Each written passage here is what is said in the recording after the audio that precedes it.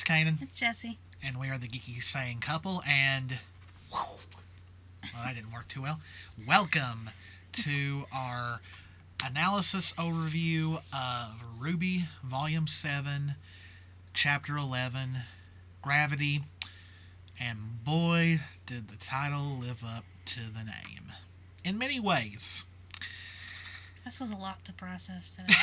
I'm still going through it, so... You guys like my scarf? She made it for me for Christmas. It's a little chilly here tonight. So,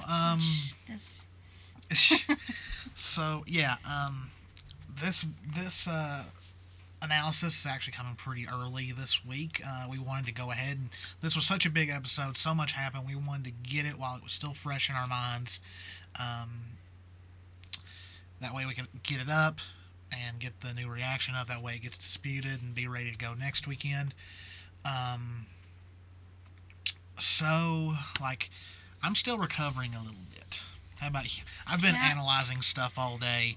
Apparently, everybody I've talked to today is they're at this point still processing this all. Like, it's volume 3 all over again, almost. So yeah, like the whole time I was at work, I was going over stuff, looking at what people were posting on Twitter, getting ideas from all that, and it just, yeah, this was a really, really, really, like, just so much to absorb and take in, so let's get to it. Alright, so we start off to the one part that I was the most interested in seeing, and this was the fight against Watts and Ironwood. So, quick little tidbit here. It was revealed a while ago that originally in Volume 3 during the Vital Festival, we were supposed to see Jean and Pyrrha versus Sun and Neptune using anti-gravity, pretty much the gravity biome and all that, and so we finally get to see it here. And it's a pretty wild fight, if I may say so myself. So it's very obvious from the very get-go, Watts stands no chance against Ironwood in a physical fight. Like, it ain't happening.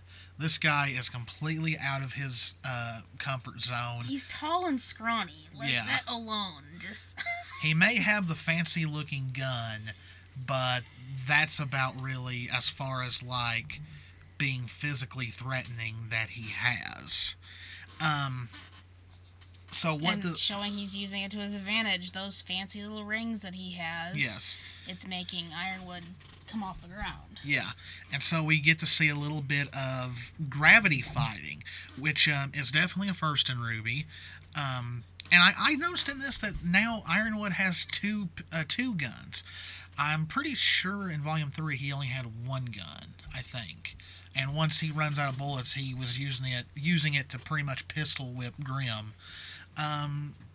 Unless he just... strong pistol. Yeah, unless he just didn't use his second gun in Volume 3, and I'm just not remembering, because it has been a while since I've watched the whole entire... Like, I last watched the whole series through once, Volume 6's Blu-ray came out, so, I can't 100% remember. But, so yeah, we've got Ironwood dual-wielding here, which was pretty cool to see. So, we see Watts is also using light dust shields, but like I said, Watts cannot go toe-to-toe with Ironwood, so he's pretty much doing what are his strengths, which is he's hacking the environment, trying to use it to his advantage, but he's also keeping his distance from Ironwood. He's constantly running. I wouldn't call it cheating. He's got some cheap shots in there. Yeah. And but he's trying his best to keep his distance from Ironwood, which when you can't physically defeat your opponent, that's what you do. You keep your distance to try and tire them out, try to make them make a mistake, and stuff like that. Now, here we see that entire time Watts is counting, and of course he's counting the number of shots that Ironwood is shooting, just so he can he's trying his best to dodge him, avoid him, so he uses up all of his ammo, which, I mean, at the end of the day, if Ironwood could get a hold of him, even if he did run out of ammo, he would just pummel Watts. But Watts is planning on, Ironwood using up all of his ammo, and then Watts will just shoot him, until his aura goes down, then to try and take him out. So I thought that was a cool shot of him landing like that. I mean, it's a cool fight, and there was also a new song during the fight, which was really, really good. And so... Yeah, but that was another thing, is he landed, with strength. Watts just fell face first to the ground, which I found hilarious. Yeah. That's why I had to capture that. So once again, Watts is still trying to run away. Because he deactivated the gravity that they were at the wall, and he thought, okay, well, I can get away now. So he tiptoes his way across. Mm-hmm. And then we see... well, this was... He thought he caught him. Yeah. Oh, yeah, he thought he got... Because he looked around like, oh, okay. He thought Ironwood got caught up in the lava, which Ironwood gets a couple of shots in, and we see Watts' aura flash. Now, it doesn't break right here, but Ironwood is starting to outsmart Watts a little bit. And this is a really good close-up of his gun, like the little... design it has on it.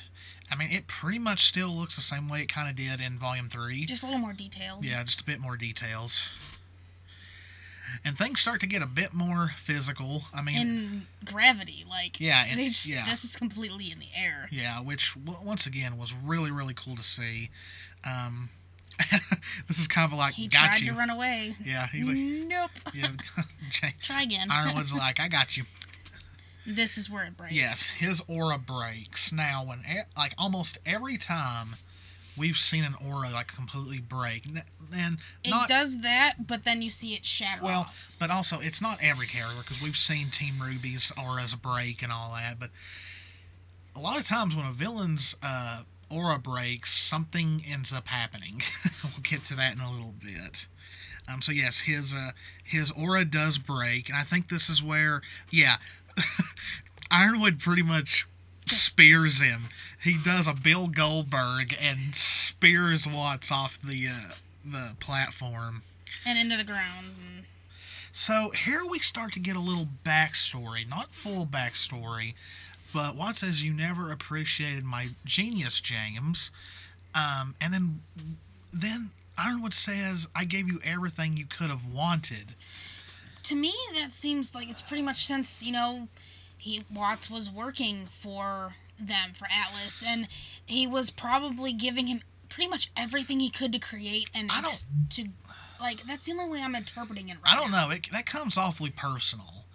There's been a lot of theories going around, are Ironwood and Watts brothers?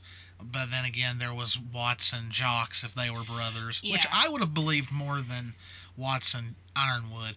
But of course, there's the people who are like, "Ooh, were they romantically involved and stuff like that?" Yeah, I've seen a couple of that, but I really think this points to because, think of the type of scientist he was. Ironwood could have given him everything he would have wanted to create things, and obviously he ruined it. He said, pretty much saying, I gave you all this and look what you did. You caused this. Now the subtitles here are wrong. He says fat imbecile, not rat imbecile, and he's talking about Pietro. Yeah. But I don't this seems like a bit of jealousy from Watts. I don't know. I kind of hope he's still alive just so we can learn more. But we've learned that a character doesn't need to be alive to learn. Yeah. But I just want to know, there's got to be another point to find out what he did. Yeah. For this to be like this, because obviously there's great reason why he was exiled. Well, you know how RWBY is. Or disgraced. You know how RWBY is. We might not learn it until years from now. So Ironwood pretty much throws at this point it looks like Watts is also using his gun as a club because he's got it around. He's holding it on the barrel. Looks like the barrel and the chamber. So they point their guns at each other, and Ironwood makes the point that. So Watts pretty much says, his brains and Ron are evenly matched, but And that's what he says, well... You're not the only one who can count. So they were both counting each other's shots. Which, I mean, if you look at it, it looks like Watts' gun had a lot more shots in it than Ironwood's. But he also probably counted for Ironwood having 2 guns. Yeah, probably. But Watts pretty much sticks Ironwood's arm through a light dust shield, and I think this is probably the most painful thing we've ever seen in RWBY. Like, yeah, I mean, cringed. besides Maria getting her eyes cut out, and like, I mean, that was just a flat. And you didn't see it. Like, yeah. you saw a little bit of blood here and there, but you did not see anything like this. And then... Yeah, like, did you get any screens of him pulling his arm through? I don't know if I got that, but I got you can see his whole arm. Well, like in the show, like you could just see like his skin burning as he pulls it through, and it was just, ooh, you know that hurt. So here Watts is already complaining, because he has to rebuild his precious rings. Yeah, because Ironwood destroyed them as they were fighting. On the one hand, anyway. And like, yeah, you can see right see there, part of it. like his arm is smoking. It's turning beet red because it's being burned. Well, this also as he says pulls that it he's through. not. It's obviously not doing what Watts wanted it to do exactly. Well, Watts doesn't think Ironwood's got it. He doesn't think he's going to get it out. No, Yeah. the thing is because he made the comment about more metal on his own body. Yeah. Well, this will heal. This actually will heal. It's just going to take a very long time. Yeah. And like we can hear Ironwood grunting in pain as Watts starts to walk away, and Watts is planning on sabotaging the arena. But then he starts to panic because he didn't. That's the first true full panic we've seen Watts show. And this is Ironwood once again being a pure alpha, like an alpha, like just. Golly, that just has to hurt. That's his whole entire arm from above his elbow to the very fingertips. Like, ooh, that's just, ugh, that hurts me. Because, I mean, I hurt just from getting burned, like... In the sun? In the sun, yeah. So, I mean, I couldn't imagine. So, he completely owns Watts here. And... throws him to the ground and drags him all the way across the floor. And then holds him over a ledge. And then you see lava bubble up. And Watts actually, I think I have a moment where Watts actually glances down. Yeah. Like, he knows he's done. Yeah. So, here's where the first debate is for this episode. Ironwood says, I will sacrifice whatever it takes to stop her. Does he kill Watts? There's a part of the fandom that doesn't think so. There's a part of the fandom that does think so. Okay, so based on what he says here and based on what we see later in the episode, I think there's a really good chance he did kill Watts. He's got the clue though is he's got the bag, which I'm going to touch on it as well because I've noticed this goes back a few episodes since we first saw Watts come back. Plus the episode description. Yeah. But here's why I think he killed Watts. Now, originally I thought Watts was going to get away and it was going to be Tyrion who got killed. Because with a character like Watts, there's a lot you could do with him. But from a writing perspective and storytelling perspective, Watts is too much of a danger to be kept alive. Because things that he could do. Yeah. So, as of right now, unless we see in either chapter 12 or 13 of him still being around, as of right now, I'm declaring Watts dead. But then again, no body, no death. And when it happens off screen like that, but who knows? And of course, Watts says, "Oh, I hope you do." But after spitting a tooth out. Yeah, but then after that, we go completely back to. We'll have to release some of our episode reactions because I took a lot of screenshots. There was quite a reaction for that one, for this just going to this. So now we jump to Robin, Crow, and Clover versus Tyrion. Now this is why I thought Tyrion was done. There's no way he's winning this fight. Like as crazy as he is, as strong of a fighter he is, he can't go toe to toe with three. It's very skilled. Two very skilled huntsmen and one highly skilled huntress. There is just no way. He could wound one of them maybe, but he would still have to go against. Now, so knowing what we know now, spoilers. But I mean, if you're watching this, you obviously don't care about spoilers, or you're a first member who has already seen it. But nothing happens to Clover here, so it's very interesting that Clover was in fact left out of the opening where Robin and Crow were fighting Tyrion. So it makes me believe they just did it to avoid spoilers. Yeah.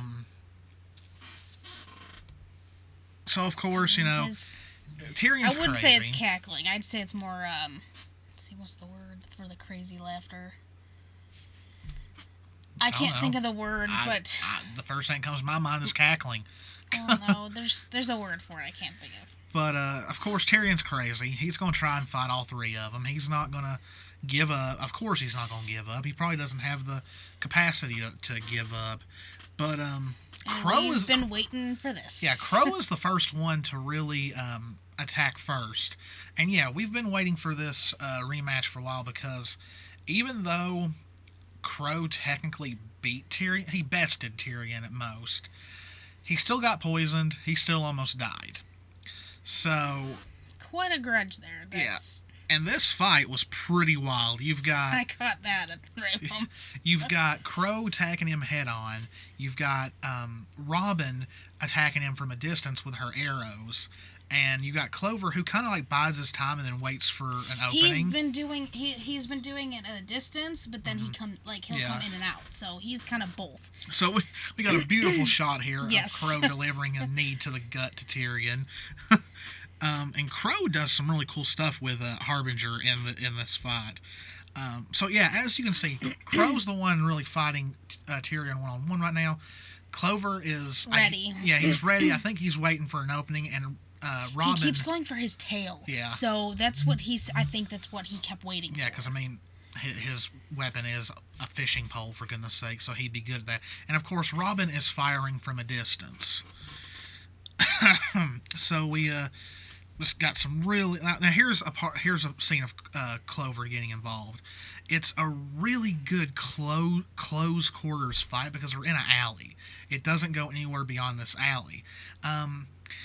It was just like, this was like a fight, like your good old fashioned back alley fight, even though it's 3-on-1. And like I say, you got Robin shooting from a distance. This is Clover getting a hold of Tyrion's tail, just throwing him to the ground. Yeah. So they start getting the upper hand on him. Oh, I liked this moment, like this whole portion with Crow. Like he pretty much, it looks like it's part of his upgrades to his scythe. Yeah. Because of what he does, because that's what I caught, that you could tell Tyrion's kind of worried, and all of a sudden Tyrion's just gone. Like it threw him up and into the wall, and then I didn't get it, but he his threw him scythe into the now, wall, and then he tried to actually kick him, and if you notice, he doesn't have the full handle of the scythe. He didn't pull the full handle out. No, it's like a little short blade. It's kind of like my favorite weapon in Bloodborne, the scythe. When you don't have it in scythe form, the blade turns into a short sword. So that's kind of what this reminds me of. I think it's more, that's another thing with his upgrades, I think. But I just thought... Which Harbinger is a great weapon anyway. I mean, come on. It's a sword, it's a scythe, it's a gun. I mean, it's just a great weapon. Which she said, we found out who we modeled it after. Yeah. It was after Maria's weapons. I know, but I mean... Hers did something similar, but hers she dual welded. So. Yeah, and I mean, like with Ruby's is just a scythe and a sniper rifle. His is all three. All three, which is why. But I thought it was funny that he weapon. tried to pretty much kick him in the face, and just didn't work. But and then this is the same spot he kept going for. I think he's trying to break it. He's either that or he's trying to wrap it up, which is I think that what they end up he doing. ends up doing. Yeah. And I said in the reaction, Tyrion's one biggest weakness is Crow's punches. Oh, I got the other one too. Yeah. So. See, once again, it's like he doesn't have an extended. Yeah, it's like, so either this thing, it was always meant to do this, and we just are now seeing it, or it's part of the upgrade where he can either make it a full-length scythe or he can make it like a scythe short sword. I think it's a bit part of the upgrade because this red edge was never there that I remember. So it's part of, I think, because they all got upgrades. At least a little bit. Our first hit to his aura. Yeah. And yeah, golly, what an extended kick! I got that. He's been. The thing is I've noticed this whole fight, Tyrion's getting his ass handed to him. Like he every time, Crow does something, really... Clover comes in, or Robin does something, and he's pretty much getting thrown around like a rag And this is pretty much the first time we've like. Let's remember, guys, in Volume 4, Tyrion took on Ruby, Ren, Jon, Nora, and Crow. Crow was really the only one to really get the upper hand on Tyrion, and the only reason why... And he was also still drunk at that point. And the only reason why Ruby was able to take off Tyrion's tail is because he was distracted by Crow, because that's when he cut Crow, I believe it was. But this is the first time we have ever seen Tyrion legit get his ass kicked. And this... But God, that's... Seeing Crow fight in full potential, not being drunk. Yeah. Like this, it's another thing I really. This shows what a great huntsman and fighter he really is. So I can just imagine the teacher he was. Yeah, like, really. He'd be an awesome teacher. But God, him to get his leg up that high, I bet Clover liked that. He's very tall too, so I mean. And this is where he starts to wrap him up, because I noticed on his back, started latching onto him. Yeah, so, I mean, Clover's pretty in control whenever he's fighting Tyrion one-on-one. And the classic Crow punch, which, like I said... That face. I think he gets him in the gut, right? Yeah, he does. Yeah, so yeah... I wanted the face, so... Yeah, like I said, it seems like Tyrion's one weakness is Crow's punches, and he's had hilarious. like 3 of them now. Yeah. Now, this was probably my favorite part. The hallucinating laugh. Yeah, I got the next face, too, right when it starts turning red. He's just like, haha. But people on Twitter mentioned it, that this reminds them of Avengers when Hawkeye shot the arrow at Loki. Loki caught it and gave this cocky grin, and then it blew up. Yes. Yeah. But, like, he's just, like, all cocky, like, I caught it with my teeth. Uh-oh. Yeah, and it blows up in his face.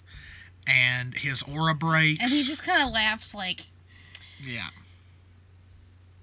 Cynically. That's the word I was looking for. That was more of a cynical laugh. And then I think he passes out for a short time. Yeah, because she kicked him in the face. Oh yeah, that's right. That's Robin why I caught it. Him in the face. Which I love. Where's that smile now? Which I love. I love that. And then the look between the boys, like they're just like.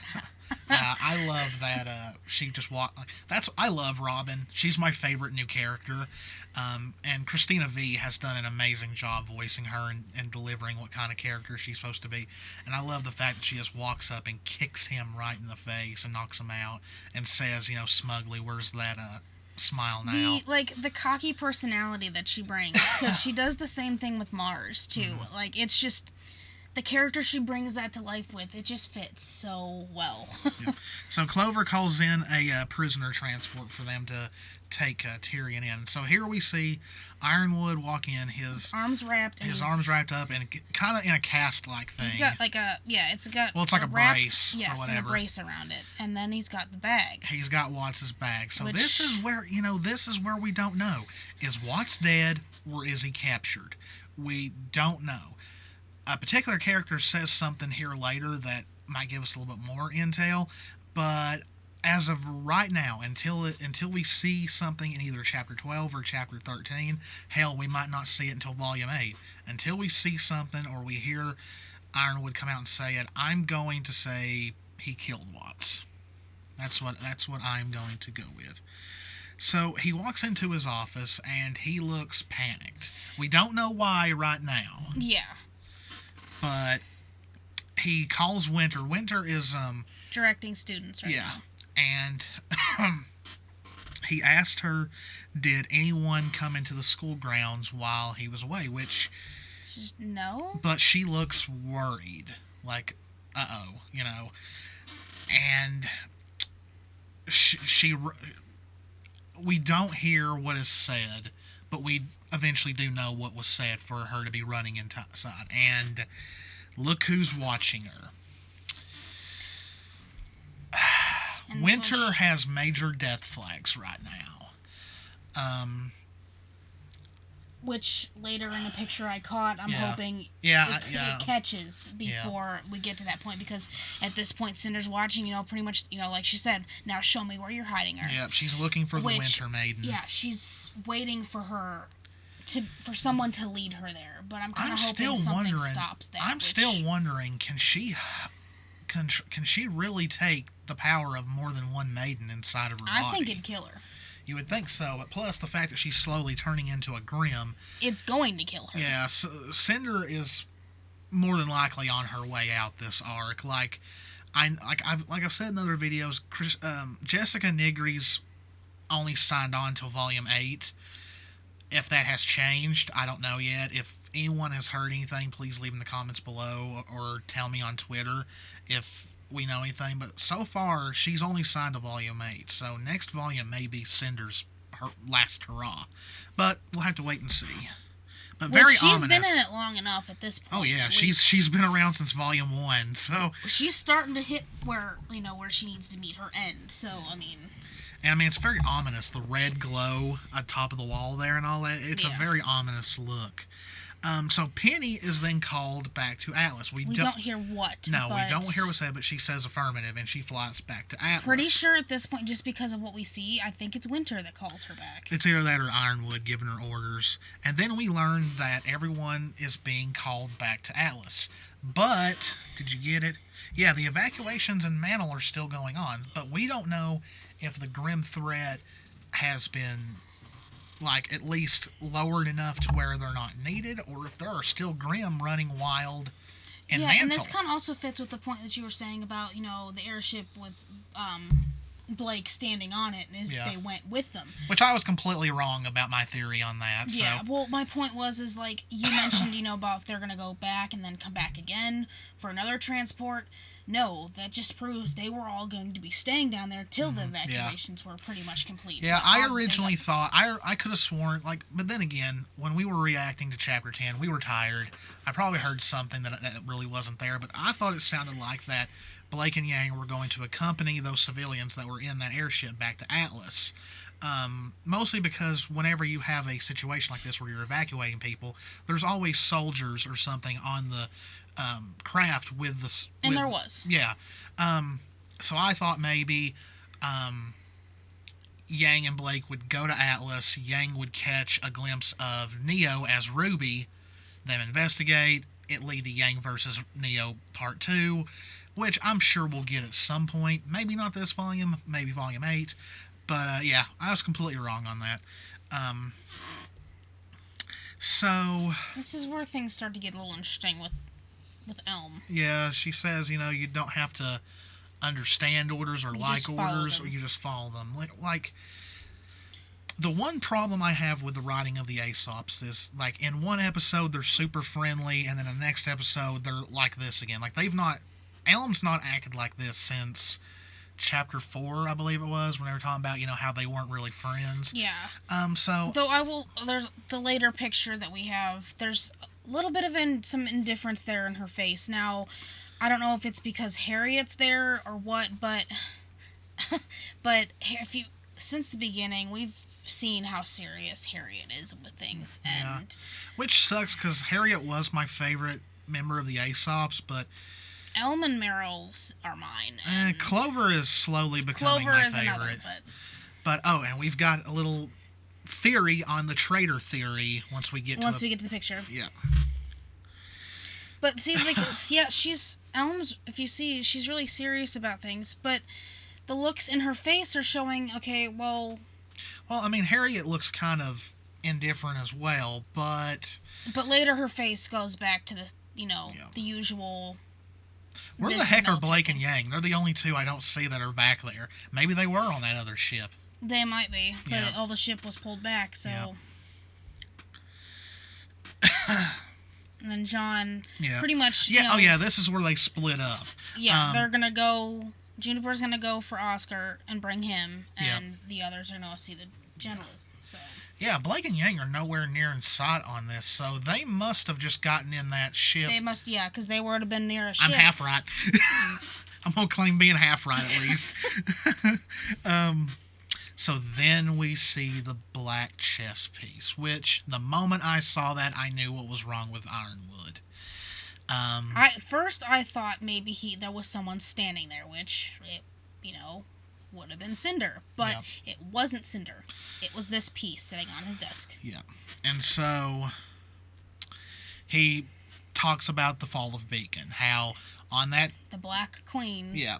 On that computer screen. It was before they lost everything. So this is where things start to spiral to hell. Yeah. Because it seems like this piece, this chess piece, pretty much brings back all of Ironwood's PTSD from the fall of Beacon. Because let's face it, guys, he's scared, he's paranoid. Fear does a lot to somebody. Yeah. It makes you think. And this is where think. And this is really also bad. where you start throwing low punches back at somebody. They'll use, out of fear, they'll use anything to throw back. Yeah. And to do what they want or think is right, which we'll see. Yeah. But and remember, we want to emphasize the elephant in the room, that looming shadow, which is Watts's bag. This thing is present on his desk for most of the scene until it hits its... And it focuses a lot. Even if it's in the background, it's always there. Yeah. And I'm going to touch on something else, which there's going to be a reason. We'll see the reason why. But if you go back through the other episodes, that when we first saw Watts to now, that bag was shown and focused on even in the smallest of ways since the first moment we saw Watts. Now we're going to be finding out why. Yeah. Because I thought, okay, what's he keeping in there? A calculator? Mm-hmm. He's got everything in his hands, pretty much. So, this is where Ironwood starts to lose it. His pupils are, I believe, dilating a little bit. He's just...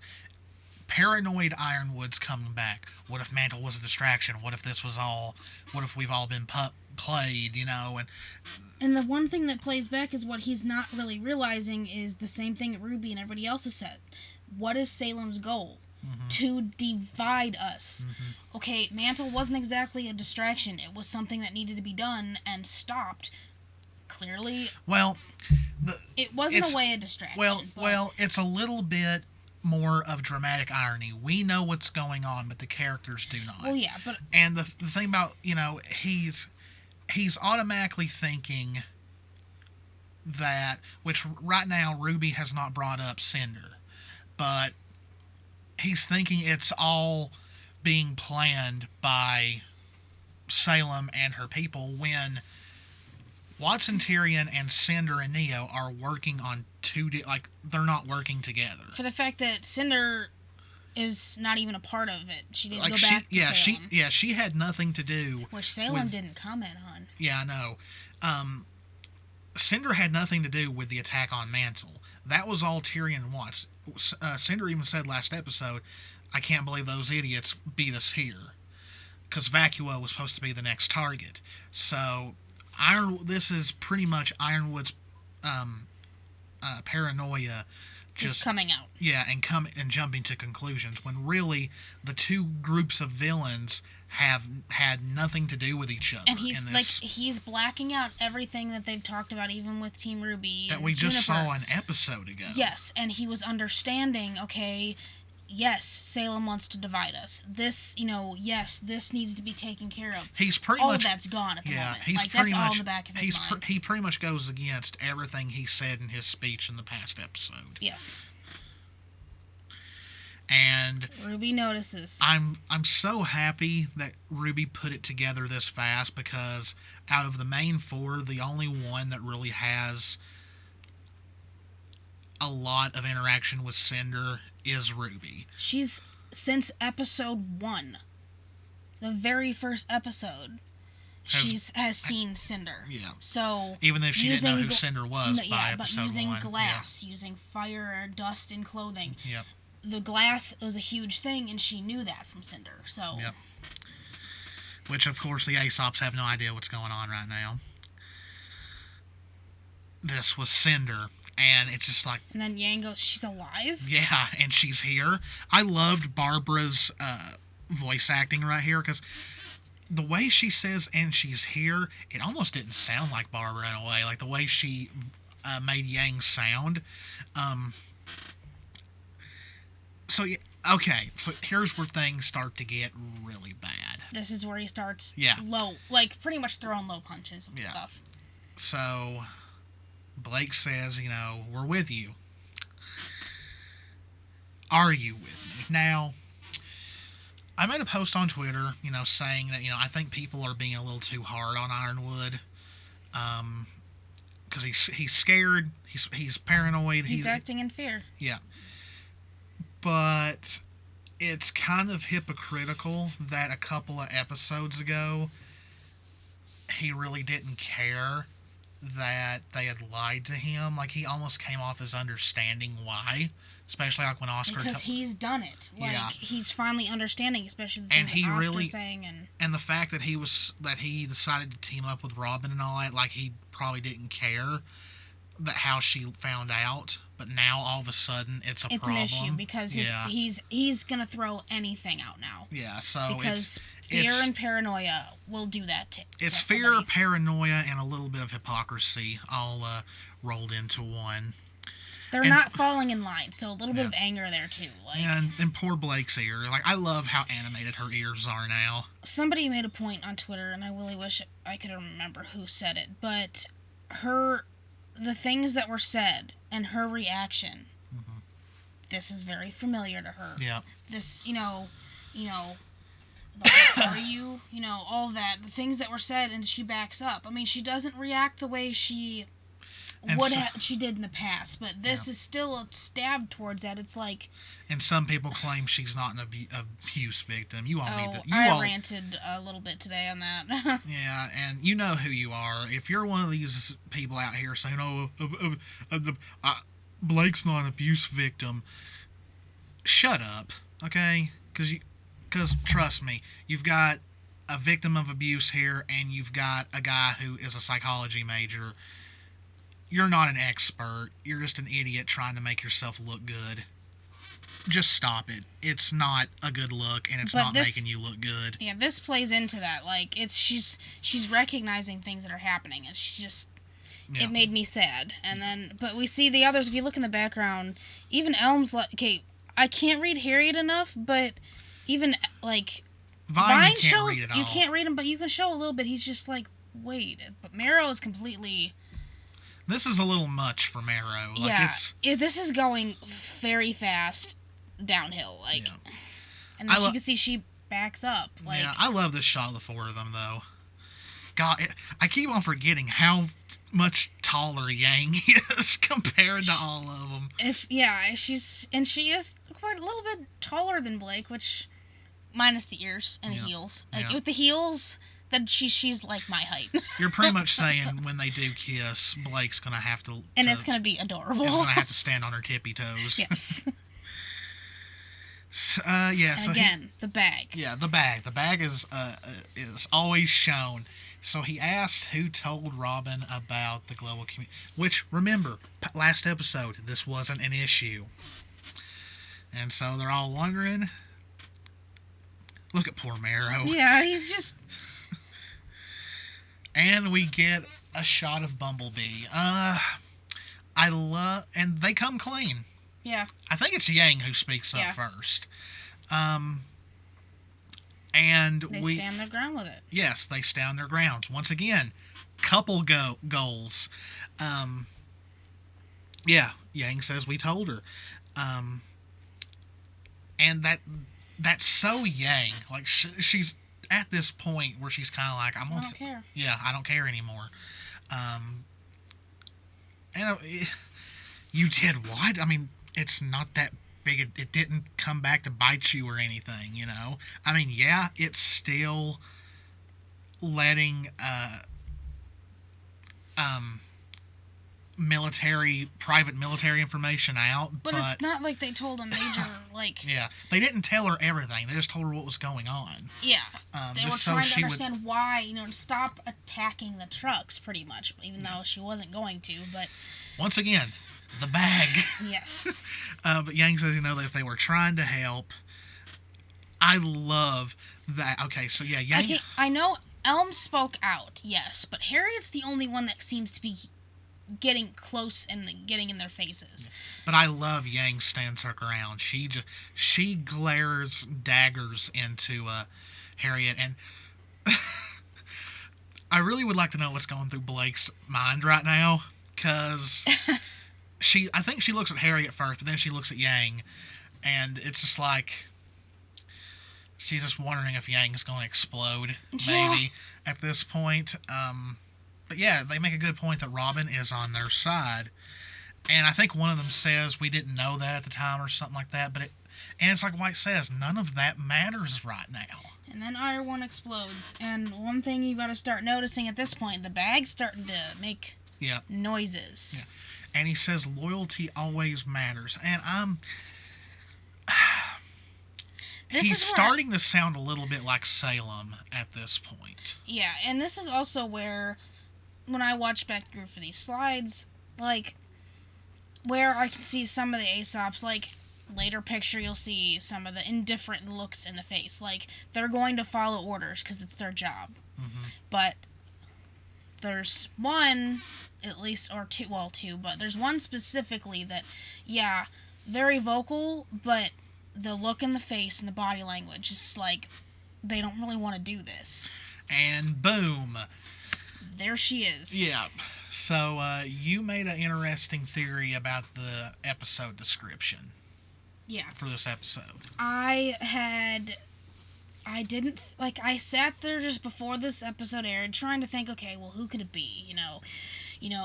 Is it going to be one of the Aesops? Is it going to, I at first, it said it's got to be someone there. And one first thought would be like, okay, Cinder or something. But we already know, that. But this was clearly pointing to something else. And the entire time, that's why this bag has been focused on since the very beginning when we saw Watts. She's been there. Yeah, if you guys don't remember, the episode description of this episode says something about a threat being like, I forgot what it said. But it was pretty, like, you don't have to look it up because we don't have the time to wait on it. But like it was pretty much enemy right under their noses. Yeah, anybody being there without undetected. I think it was something like that.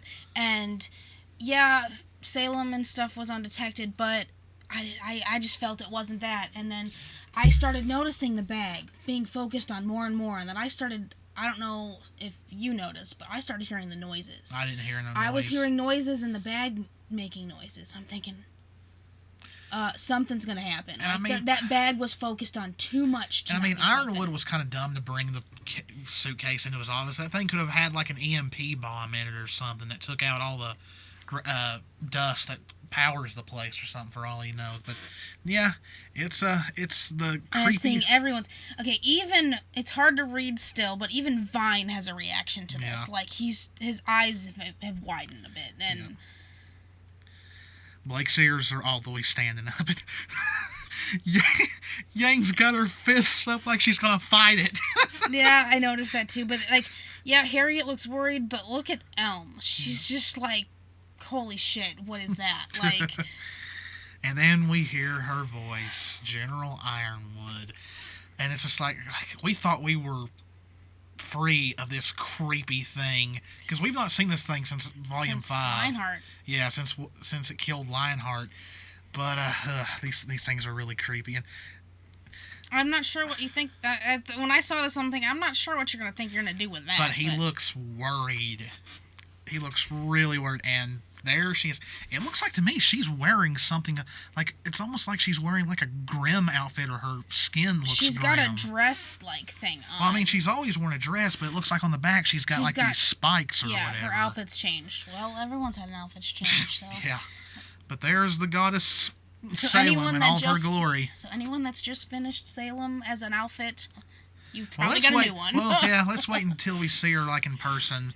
But I love how Ruby is so defiant toward her through most of this scene. Like she throws in that they stopped. Like, okay, so. They said that the hunters and huntresses who bested Watts. Yeah, so. Congratulations. Yeah, so once again, is Watts dead? Is he just captured? And it's obviously, here's the thing, she doesn't care. And we learned she doesn't care. Them getting beat by them wasn't the point. Yeah. I still love the fact that Weiss has got her hands up on her chest like she is frightened. Ruby is kind of staying defiant still. Yang's still got those fists up like she's... Blake's starting to form fists too, but I caught it in mid-movement. Yeah. But yeah. But I love how Yang has got her fists ready. Her ears are down too. Yeah. And Ruby stands up to her. And I think at this time Salem just looks at her and... She's talking about time, like, yeah. Time isn't on your side, but it's always been on mine. Which is kind of, her alluding to her being immortal and all that. But here's the thing, though. She talks to Ironwood like this is the thing about Salem, what makes her such an interesting villain. She's not rubbing it in their faces like, and she's not, she's not rubbing it in their faces like Tyrion or Watts or Cinder or anything. She's kind of talking to him like how a mother coddles her child in a way. An evil mother, maybe. Yeah. But... I'm still conflicted whether I don't like Salem or not because we know her backstory and know what she went through. It's kind of like... I kind of sympathize with her, but then again, she's murdering people, so... She's creating these Grimm and everything and murdering people, and not caring. So here's where things get really, really interesting. Ruby lets her know that they know about her backstory. I tried to catch it that her face changed before she turned around. Yeah, that the lamp showed her everything. That they don't have to kill her to stop her, and that they will stop her. Which hasn't been said yet. Pretty much, But we've talked about, but saying we don't have to kill you to stop you. But here's the thing, though. She also throws Shad in Salem's face that Salem has failed before. Yeah. And I was like, ooh. Well, it's okay. Salem has a shot back at her. Yeah. Your mother said those words to me. And we get another shot of Summer. And it's a very different scene. And I know some people said, well, I don't think it's imaginative or something. Yeah. Made up memory, and then there's a reality memory. Thing is the memory she had before was because Jin showed that to her, which was her mother. But this, obviously, they're not the real thing. It's just. You got Jin showing her, and then you've got Salem pretty much, I think, pushing this. Okay, theory time. A lot of people have said that Miles and Carrie have confirmed that Summer is dead, but I've still not been able to find an official confirmation that they ever said that, from a legit source, instead of just someone saying, oh, they said this. It's been left open. It's not been left as dead or alive. Yeah, it's not like stuff where they legit said, no, Crow is not Ruby's real dad. I think it was also... I think there is... confirmation somewhere that they did say that Team Ruby will not be getting maiden powers and stuff like that. So here's the thing. I do not think Summer is dead. And neither do I. And I have thought this since the first day I saw RWBY. And I've continued to say, yes, I'll listen to everyone else's theories, but personally for me, she's not dead. Yeah. And she is either in some kind of, Salem has either got her, and she's in this kind of, cryogenic state or whatever, she's sealed away or something, or, just like everybody else, Salem don't know where the hell she is. She just says this because she knows it'll break Ruby. Yeah, that's a huge thing with this, but the things that she says, it's now sparking more, okay... really pushing, she's not dead. She's going to use this for the fact she's got silver eyes. That was another target. Yeah. And we learned that this was a Summer thing. This wasn't Osmond secret. It was a Summer secret. Yeah, and here's the thing, though. Yes, Salem says she was wrong too, but that does not necessarily mean that Summer is dead. Why does Salem not want to kill Ruby? Why does she want Ruby brought to her? If Salem had an inkling to kill Silver-Eyed Warriors, now of course she didn't kill Maria because Maria went into hiding after she lost her eyes. Yeah. Now, does Summer still have her eyes? We don't know. That might be what she needs them for, is just to take out their eyes. But the fact that she doesn't want to kill Ruby but wants to capture her, then And why would she kill Summer when she could just keep Summer prisoner? That's where I'm going. And the thing is I know I've seen some things. Oh well, you know, when Cinder was working with Salem, that was the whole reason for that. No, Cinder is the reason that Salem's really learned of the ability that Ruby has, and she wants her alive. It's for an unknown reason. That's something we still don't know. No. So, yeah, I really believe. So, everyone that wanted Ruby to have her breakdown, you got it.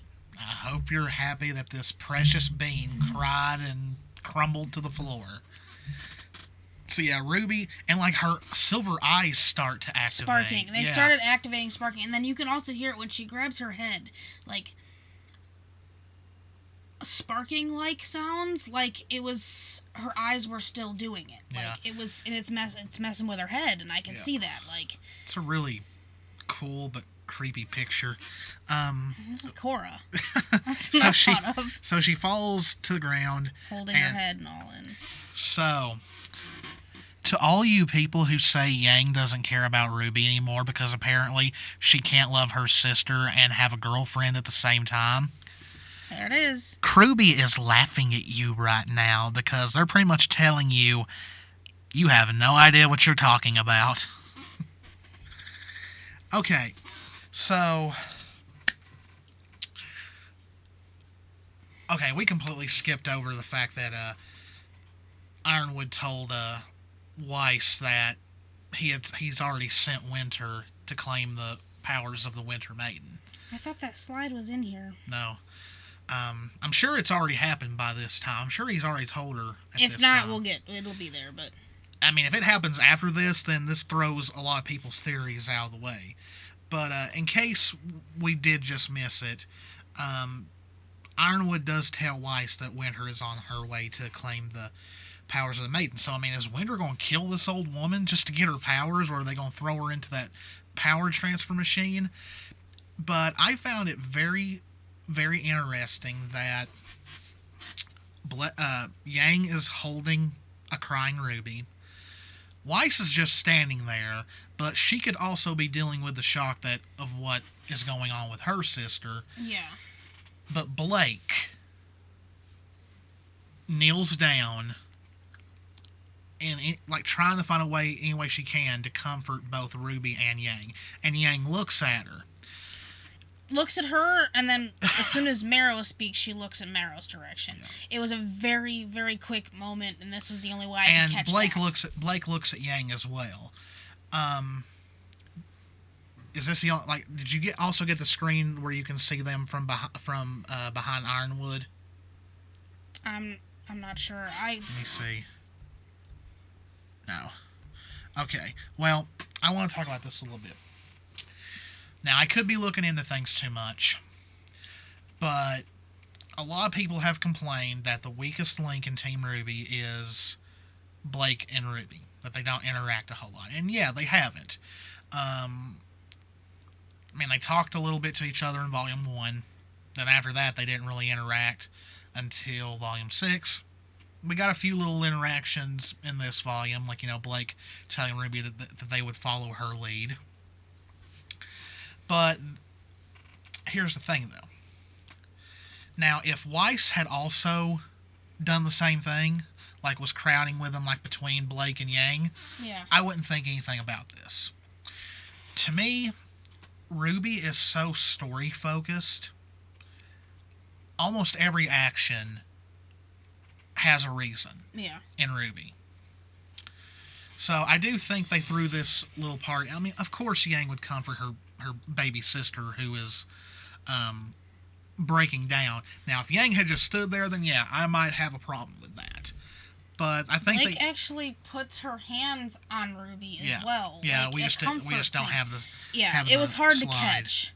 It's on my Twitter though. That's why I probably should have just sent it to you. Tell you the truth. Yeah, well, it's also the look. She looked at Blake and then looked at Marrow, so it was a very split second. So that's why I caught this one where you can kind of see she's still looking that direction. But pretty much what I'm getting at is that even though we have never seen Blake and Ruby interact with each other, Blake still cares enough for Ruby to bend down to try and help comfort her. But also, this could also be a reaction to her feelings for Yang. Maybe, just maybe, because of her feelings for Yang, this is the beginning of her seeing Ruby as a sister. Yeah, more than just like the family team sister and a leader. That could still point to more of a different side of a sisterly bond between them because of Yang. Yeah. Because of things are standing. So I mean, we may be stretching it a little bit, but the emotion and the motion itself, like the fact that Blake is the only one that does this. Yes, the body language itself that speaks like that. I mean, and yeah, there's going to be people who's going to just throw it away because anything Bumblebee related, even if it's in your face, like the blush and the flirting and all that earlier in this volume, people turn it into, oh, Blake blushed because of the cold. But either way, it's a very special moment. Yeah, that we've not seen before. Yes. We've not seen Blake do this with any other character that's not Yang, really. But then again, Ruby is Yang's little sister. And if Blake and Yang get together, then Ruby is like, pretty much what I'm saying is this is pretty much Blake trying to comfort her romantic interest and what possibly could be her future sister-in-law. So, this was a really quick but very subtle Bumblebee / Xiaolong / Rose / Belladonna family thing. So yeah, Marrow's getting more panicked as we go. That poor boy. Yeah, he is flipping out. I think it was more towards the other ending slide where apparently when Aaron watched, she had the poor puppy. He doesn't want to do this. Yeah. So Elm looks freaked out. Harriet kind of looks freaked out, like. She's still staying focused, but she looks freaked out. Elm looks like the body language itself. Like, she's trying to keep her military stance is the only way I can describe that. But she's like, God. So now they know that Salem is on her way to Alice, which we've known since the end of Volume 6. But, yeah. Just. She was asking about, in his broadcast or whatever. Oh, in his speech, this is when they said asked. Amity Tower was done, and which was it true? People have already fussed about that. The fact that Robin was using her semblance on him to make sure he was telling the truth. So how could he have lied about that? Here's the thing, though. Either Robin knew that it was just a trap for Watts. Because, I mean, let's face it. Which she kind of probably did because they would have had the plan to go after Tyrion. Yeah. And when Ironwood says that Anime Rowena is ready, it's just him on the screen. It's just his face. You don't see the arm at all. And I remember, and everyone's like, well, no, I went back and looked. Because when you see Tyrion sitting on the stairs and Watts standing there, you can see the screen in the background. It was just his face. Yeah. So, yeah. Robin more than likely knew, but also, they didn't show it on screen. So, like, they legit, within the show, did not show that part of his body on screen. Yeah, so they pretty much figured out. You just said that to lure out Watts, which, once again, guys, you see that Blake is still trying to help comfort Ruby, but she's also looking at Yang. So, I mean, yeah, guys, come on. they're pretty, like I said, they're building Bumblebee, but also building the care between them. Like, yeah, like pretty much building a more maybe, hopefully they do it, a more of a sisterly bond between Blake and Ruby, because that which does need to happen. They have been, like, through this episode, the reactions they've had, Mm-hmm. they have been building it. They've Yep. also been building the whole, that's why Weiss said what she did, not friends, Yep. family. Yep. They're really, really pushing that, and that has nothing to do, no, that's not going to ruin the team dynamic, and yeah, I am saying that. This is this just volume things, kind of proves that it's not going to ruin the team it's dynamic. proving that it can go, everything between the teams can go in different directions and still maintain their team dynamic. Like, but this is just showing that, where it's the comfort that's needed. Oh, you did get it. Yeah, it was after that. Okay. So there was. I had a feeling it was after it. Okay, yeah. So a lot of people said the reason why Weiss was not comforting Ruby. And yeah, is that is the shot. You can see them. Yeah. There's actually a zoomed in picture of this on my Twitter. A lot of people said that the reason why Weiss was not comforting Ruby is because she was freaking out over Winter, but she didn't know that. So I guarantee you there's some White Rose shippers who were pissed off because Weiss didn't help comfort Ruby. Yeah, and the thing is though, Weiss is already in a panic because of what's going on anyways, and she's, I know, but, that's not going to fly with people who, when her and Ruby are supposed to be best friends. Yeah, I know. So I'm really not sure of the reason, but everything that's going on, I don't know. I hate to say it, but I think they've kind of taken the opportunity of this volume to kind of drive it home that White Rose isn't a thing, maybe. Maybe. I don't know. We'll have to see. I'm hoping there's more in on this, but, I mean, but I love Weiss is also, if you've noticed this whole volume so far, Weiss is, if she's usually, like, by herself and stuff like that, or standing and thinking, she's already starting to piece things together. So she's starting to piece more things together. Well, and this really gets her attention. Yeah, so. but I mean, it's just going to fuel that argument because a lot of people are already like they're accusing Rooster Teeth of being homophobic just because Weiss and Ruby have not interacted a lot in this volume. So this is going to feed that. There's some people who said they've not interacted at all this volume, which isn't true. But so yeah, I haven't seen anything yet, but give it time. In a couple of days, we'll see it. Yeah, but anyways, this really caught her attention. Yeah. So But go back. I just like the fact that this once again shows that yes, Blake has her hands on Ruby. Her and Yang together are trying to comfort her while she's also trying. Yeah, because even if she doesn't have her hand on Yang, her just being there that close on their level would be comforting. So yeah, it's definitely showing the bond between Blake and Yang, but also maybe this is them tiptoeing to fixing the Blake and Ruby dynamic. So yeah, we don't know if Winter's going to kill this old woman or to use that machine, but yeah, he's already jump-starting the Winter Maiden. And he said as soon as he realized that they were compromised, he couldn't wait. They couldn't wait any longer. Yeah. So. And then he brings about the relic and the staff and the lamp need to be locked away. And then Ruby finally sits up, and says, I thought you said we could keep it. Well, here's where he gets low again. Yeah. I love that Ruby, Weiss, and Blake all look worried. Yang looks pissed off. She's defiant as always.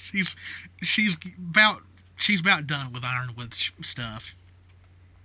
That was before you lied to me about the lamp, which once again is pretty hypocritical. For the fact he knew, and he's now, because of fear, paranoia, he's lowballing it out. He's throwing whatever he can because now he's going to take over and do what he believes is correct. And it gets even worse. They're going to take the plan for Amity Tower and apply it to Atlas itself. He is wanting to send Atlas into the atmosphere just to hide. Just to keep Salem away. Yeah. Okay, yeah, it's going to keep Grimm and stuff away. Does he really think it's going to keep Salem completely away? But it also... Blake brings up they're not finished evacuating everyone from Mantle, but For leaving Vantil to die, and he Yeah. goes, yes, I would. Mm-hmm. Yeah, he is definitely...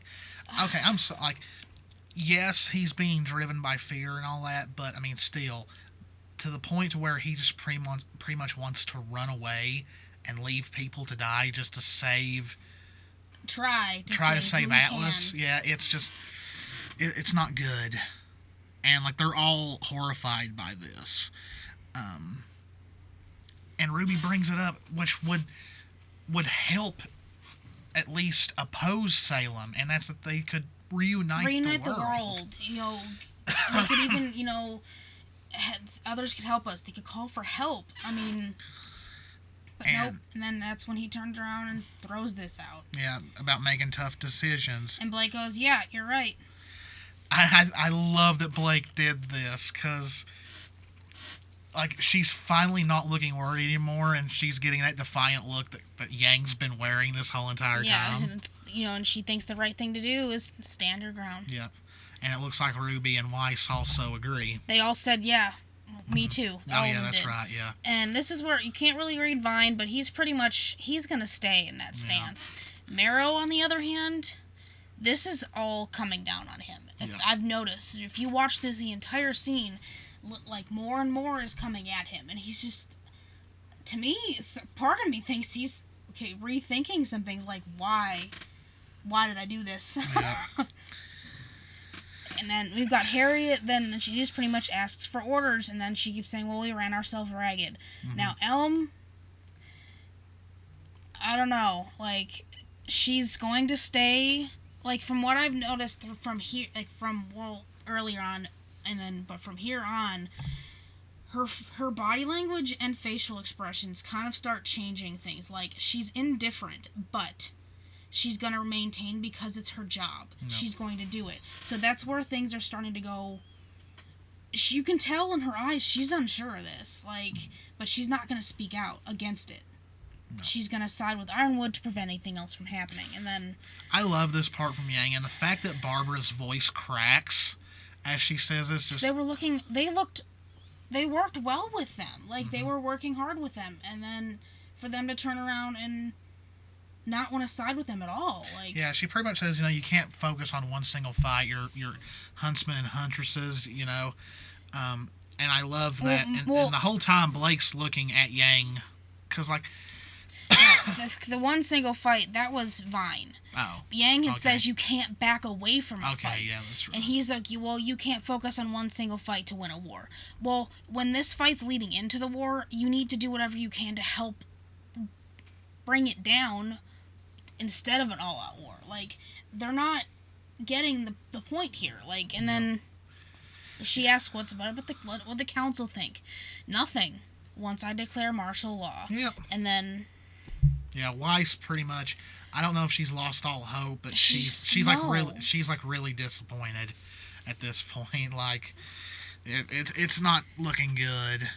And like Blake, once again, what about Robin? You know, because like I think, like I said, I was right about a few things. Because at the beginning of the volume, I said at some point Team RWBY is going to oppose Ironwood, and that's happening. But I also said Team RWBY would probably go with Robin, and they are. It looks like they may be going that way. And Elm had said, you know, who are you even loyal to? Yeah. You know, and that to me, the way she said it, very military. You can tell that was ingrained in them, like loyalty. Then clearly it would have been Ironwood that drilled that into them because of what he said. Yeah. So she spoke out, and then that's when RWBY says, you know, we're loyal to the people counting on us to save them. And that's what Hunter says and Huntsman. And then he says, we are saving who we can. No, you're saving yourself at this point. And you're standing in our way. And this is where things started really going down. And this is where you really start seeing some other things. So. Yeah. Once again, RWBY, Blake, Weiss all look worried. Yang looks pissed. Yang's gonna lose. Like, her fists are clenched. She's given it a few years ago, she would have just went insane. Like, yeah, she's like, I love it. I love it so much. And then John. Yeah, says we got a serious problem, and the look of defiance. Yeah. Like, she's just He knows she's gonna do something. Yeah, because he goes for her scroll. Yeah, he does, and she takes off. Yeah, she does her splitting thing again, and she pretty much spills everything. Quickly as possible, Yeah. and gets pretty much almost all the information out. Yeah, Ironwood's declaring martial law and abandoning Mantle. Salem is coming, and he's going to use the staff to move Atlas. And this is where we also see this, and this is Yeah, what I wanted to touch on. We saw Salem. I feel Not Salem, Cinder. I feel way better that Penny is with Winter. Because I really do not think Winter can stand against Cinder, since Cinder has maiden powers. Yeah. Penny maybe, since she's a robot and way physically stronger, but I don't know. Well, the other thing also when I wanted to touch when I said, when we saw Cinder earlier, lead me to her. Okay, one, we've been in this hallway before, and they're nowhere near the end of that hall where they go down any stairs. Mm-hmm. Like, they're nowhere near her yet. So, for them to catch this incoming call It just makes in the middle of the hallway, stopping her, it's pretty much, it's stopping where Salem wanted this to go. It just makes me wonder if Winter is still going to do what Ironwood wants, or I hope not. Yeah. But for the fact that they stopped and Yeah. did not keep walking, because obviously that's what Cinder wanted, was to be led there. Yeah. And they're not going to know now, so I'm kind of hoping it stays that way, but that's kind of where this leaves it. But I was kind of happy they stopped altogether. Yeah. And then... if we don't stop him, then Mantle's going to be... and that's where she's cut off. Now, Robin heard this. Robin is not going to be okay with this. She's already not looking happy. And she's already pissed. Crow's pissed, too. yeah, and I'm guessing they're probably wondering, does Clover know this? What does he know about it, and what is he gonna do? Yeah. That's pretty much the first thought. Clover has a very interesting... I love how Tyrion kind of looks... like... Tyrion looks like, guys, I gotta pee. Can we pull over? Yeah, like, the thing is he just... Well, he knows he's done. Like, Yeah. he can't do anything now. So... But he knows his queen is coming. Yeah. Okay, so... Though if his tail gets cut off, there's no one to make him a new one. Yeah, that's true. If Watts is dead, that is. So here's the thing about Clover. We all know about the traitor theory. What if the traitor was not a traitor to the good guys? What if it was a traitor to... Ironwood. So, the theory is... the reason why there's 5 Aesops is because Clover is going to defect from the Aesops, turn on Ironwood, and help Team RWBY, Team Juniper, and Crow and Robin. Which I highly look at that. For the fact also of thinking about it, like, you made a point, we've learned the most about Clover. Out of all the Aesops, we know the most about, we've had the most development with Clover. Yeah. He also made a point a while ago about being loyal to Ironwood, and he stood by that. But the thing is he's also not paired to anybody. Yeah. So... But he is now to Crow. Yes. In this whole thing, he's been paired to Crow. And the thing is and they work, obviously, seamlessly together, which is how a partner set is supposed to. Because we've learned, from what we see, the partners at Atlas are not chosen like they should, like everywhere else. Yeah. So, it leaves... And, I mean, we all could be completely wrong, and Clover stays loyal, and it may be Marrow that defects. Which I kind of think both of them. Yeah, it could be both of them. There's already theories going around that Marrow's going to use his semblance to stop the other Aesops so Team RWBY can get away. Which, that actually may be a thing. I didn't think about that. Maybe, but we'll just have to wait and see. Like, that's the hard thing about RWBY. It is hard to get behind a theory that you think 100% is going to happen and it actually happened, because RWBY can be so unpredictable sometimes. And we have a week. Yeah, we have a week. So either there is a traitor, but it's because Clover turns against Ironwood and the Aesops to help Team RWBY and Crow. Yeah, if you go or it's both him and Marrow. But if you go between the two here, he looks like he's a bit shocked, and then he goes to this look, and I saw somebody, I don't remember where the post went, somebody had said something, oh, well, clearly, it looks like he's just going to follow orders. No, that look doesn't exactly say that. That look goes, not really. He's really thinking about this, like, well, especially hearing what Ironwood's suddenly going to do. Yeah, whoever said that is taking a lot of stuff at face value, and they're not looking at the bigger picture. No, they're not reading expressions very well. Expression and body language, which is why at first, what we thought with Elm, there's more to it, because once you stop and actually look at the picture, look at the screenshots, it's which we'll see here in a few minutes. Yeah. So Ruby realizes she's been cut off. And, of course, it's Ironwood. Now, a lot of people are wondering, did he just cut hers, or did he cut all of their scrolls? Because, I mean, John's was locked, too. Oh, yeah, that's right. Okay, so, yeah, so all of them. So, if they get Minus separated. Crow's, but, yeah, I mean. So, if they get separated, there's no way for them to contact each other, which is not good. The one thing also, look in the background of this one. Marrow's eyes are white as dinner plates. That's the first thing I noticed was that, besides Team RWBY, but Marrow is just like, this is just getting more and more for him. Yeah. Elm, like, I can't really see her. It's hard to see, but when I did catch it, she was kind of, she was a little shocked too. But she was looking at Ironwood. She wasn't looking at RWBY for the shock. So, but you got Harriet, and she's as serious as ever. Yeah. So, still Marrow, his eyes like. So yeah, he declares that Team RWBY, and I'm guessing Juniper as well, is under arrest until the Atlas thing is taken care of. Yeah, which is really stupid on Ironwood's. So, RWBY still looks worried. Why? All of them have now gained more confident. Pretty much what RWBY says. We're not just gonna let you take us. Yeah, we won't just let you take us. Which is pretty much saying you're like they're gonna fight back. Yeah. Now, can they actually beat the Aesops? I don't know. It's 4 against 4. They also could jump out that window behind them. That's why I really kind of hope, though, with what you just said, which I didn't think of, was Marrow. Yeah, but will that actually happen? We don't know. Yeah, I know. If you look at this... The two in front are the most serious, though. Vine's really hard to read. Then again, just like Ren, you can't really read. But I still don't agree with you on Elm. The way she's been this whole episode, I think she's all in. It's Marrow who doesn't look happy with the situation. Well, the thing is what I meant about Elm is that some of it that you read, which, like I said, I could be wrong, but the way she's going to stay focused. This is her job. This is what she's going to do. But it doesn't look like she's exactly the most happy with it, but she's still doing it anyway because Ironwood. So. Yeah. And he says, "I know," and I think this is the last shot of the episode. No, it's not. No, it's not. So yeah, it looks like it's going to be Team RWBY versus 4 of the Aesops, which... And out of all of them, Marrow's the most, it's hard to read full of his body language, but look at everyone else's bodies. Yeah. That you can see. Even her, by an arm. He's the only one that's not got a fist, and the only one that's not, like, tensed. Like, his body is not as tensed as everybody else's, and...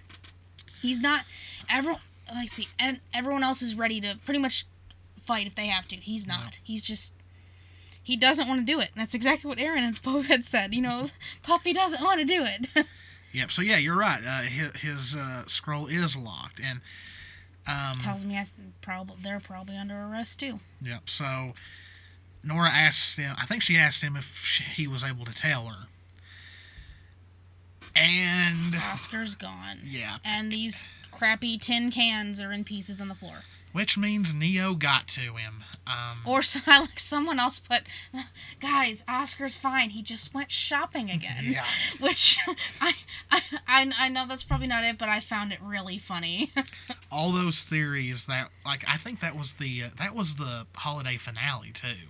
So yeah, that he disappeared. Yeah, so he for went 2 weeks, shopping. 2 weeks, people just had all these theories of what happened to Oscar. Guys, he's fine. He just went shopping. Yeah, did he get kidnapped? And I mean, just he went shopping. Which, God, people gave RWBY such a hard time for that because once again, on development for Oscar all happened off screen. So. At least this volume we've had development that he Wouldn't it be funny if Osmond came back and he's just fighting Neo somewhere? Which, hey, good. But then again, also, look at the walls. Yeah. So... I mean, that could have been from the robots firing at her or something. Like, she could have came in and they could have been firing at her. Thing is because we really don't know because, like, yeah, she saw that she could change into Ruby, but he would have, as smart as Oscar has gotten and developed. Well, he knew her Ruby not talking, and they weren't even there. Yeah, he would have known that Ruby was in Mantle. So yeah. Yeah, because If it was just just depends Ruby and not talking, there's huge flag. Yeah, it depends if she did in fact use that disguise. But yeah, I believe that's where the episode ends, is it not? Yeah. Yeah. So yeah, that is chapter 11.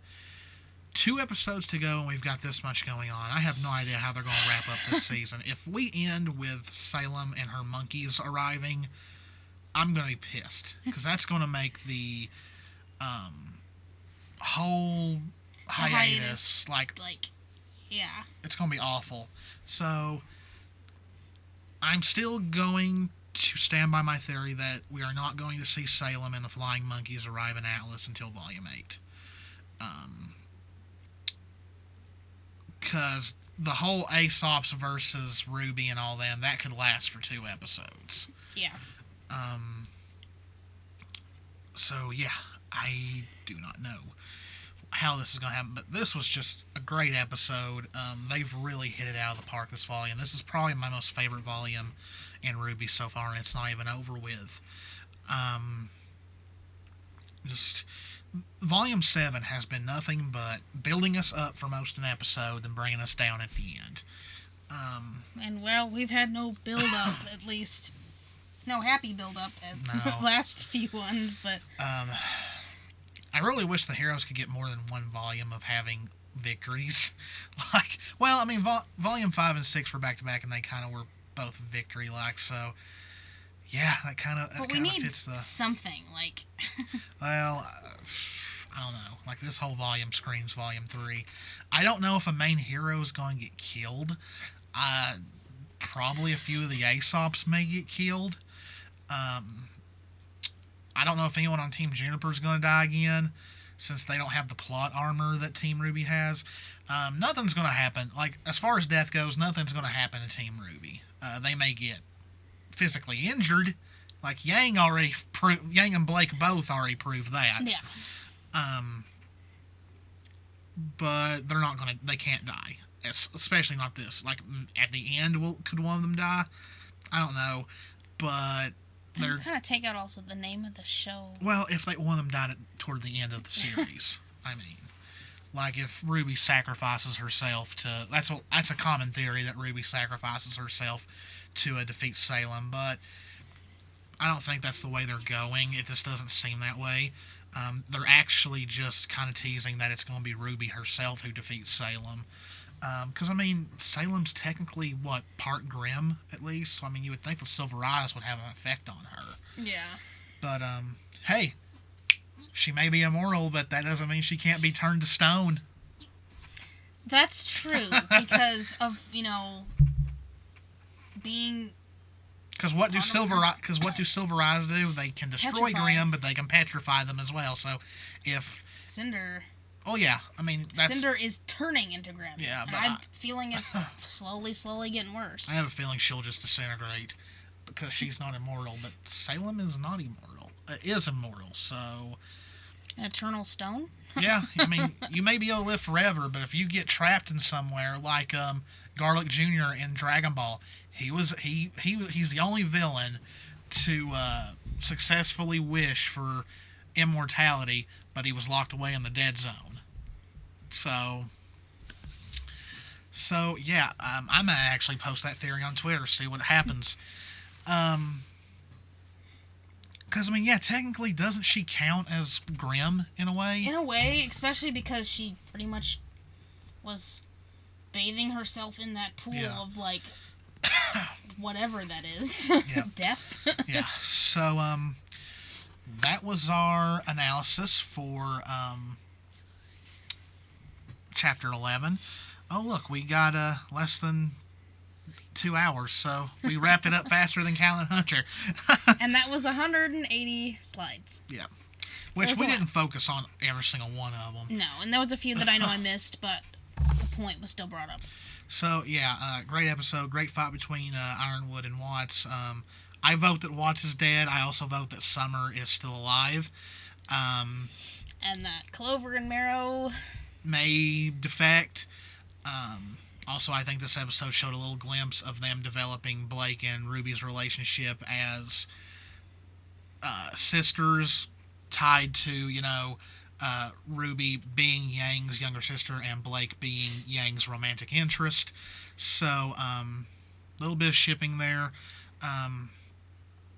So, yeah, I mean, what's going to happen now? We've got 2 episodes to go. What could they fit in? Like, I'll tell you one thing. After an episode like this, chapters 12 and 13 better be 20-minute episodes. Yes. Because I don't want no short episode to get all. But then again, if the whole Salem invasion's not going to happen to Volume 8, there might be a short episode there. So yeah, hope you guys enjoyed it. If you did, please subscribe to the channel. We've been stuck at 126 subscribers for a while. Hit the notification bell so you'll be notified whenever a new video goes up. My Let's Play series will be starting very, very soon, like next week probably. The trailer/intro is already up. Go look at that. And check the description for all of our links to our Twitter, our Etsy store, our Square store, our email, our Facebook, and our Patreon. Please think about supporting us on Patreon as well. And until then, we will see you later. Bye. Bye.